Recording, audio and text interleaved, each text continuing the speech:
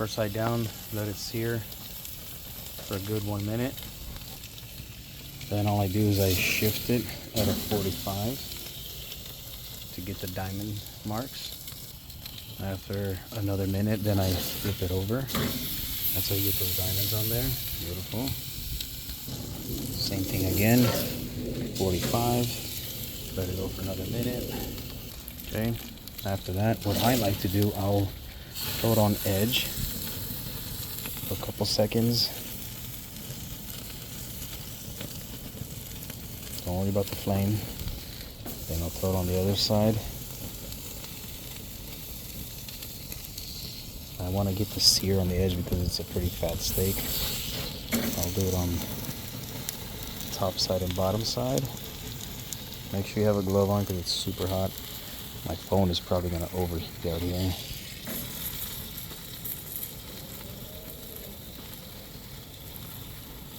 As you can see, the steak is almost done, but now I'm going to set it right here away from the flames. Close it.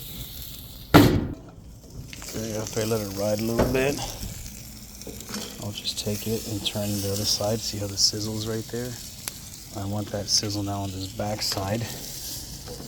I'll let it go for a little bit more there. After a little bit of time, maybe 1 to 2 minutes, I'll take it, I'll flip it, look at that sizzle right there. And I'll stick it up high because heat rises. It'll get really hot up here, but it's away from the flame, so it gets the internal temp to the 127.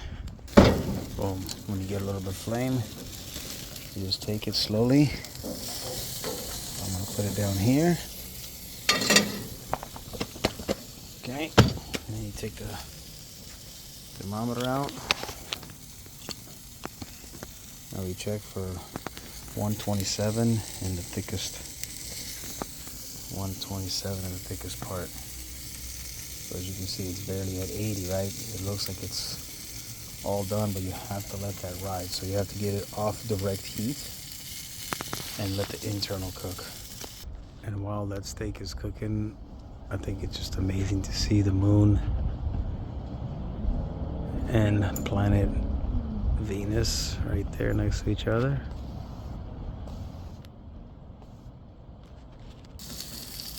Again, I'll just take it, flip it, and now I get this side again. You see a sizzle on there. After this, 2 more rounds, we'll test the temp. Okay, so I'll just pull it here a little to the edge, so I'm not burning myself, and I'll test this again. And just kind of see where we're at.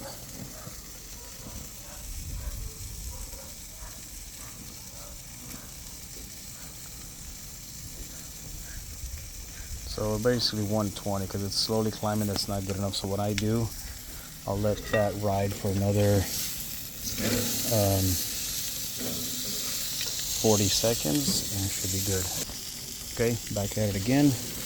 We'll pull it here and I'll test that one more time. It's climbing up much faster, as you can see, and it looks like it's going to be good. I'm done. At 127, I pull it. I put it on a hot plate already, and then I'll take this inside. I'll put some butter on it and let her rest for a good 10 minutes, and she's ready to bite into it. Okay, so next at this step, we're just gonna take some of this homemade butter. I mean, not homemade butter. This Kerrygold. I'll just throw 3, 4 pieces, depends, you know. Since it's the last of it, I'll do 4. I'll shift that over, put it here, and then to cover it, you don't want an airtight seal. I literally just get some wax paper. I wouldn't use aluminum foil, just something, anything, and just kind of lay it over. That's it. Don't wrap it. Let some air escape. At the same time, you want that butter to melt. We'll check back in about 10 minutes to cut that thing open and see what's it look like inside. See what it looks like inside.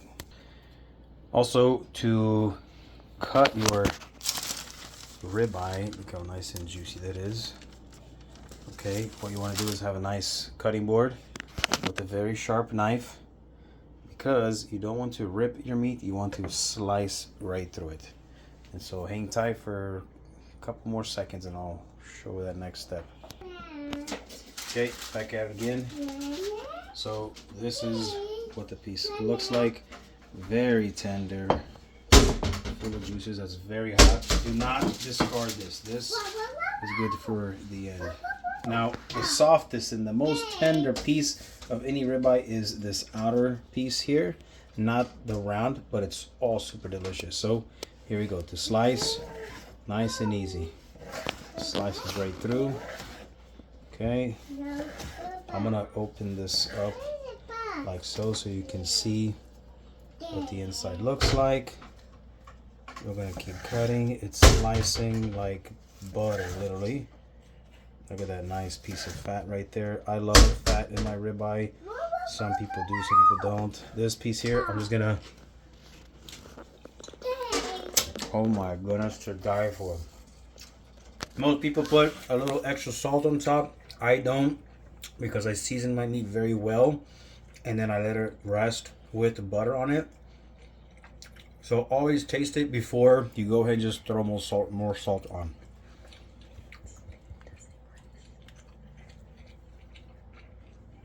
Okay, no more than 10-minute rest. You can even do a 5 minutes, is fine. It's good enough.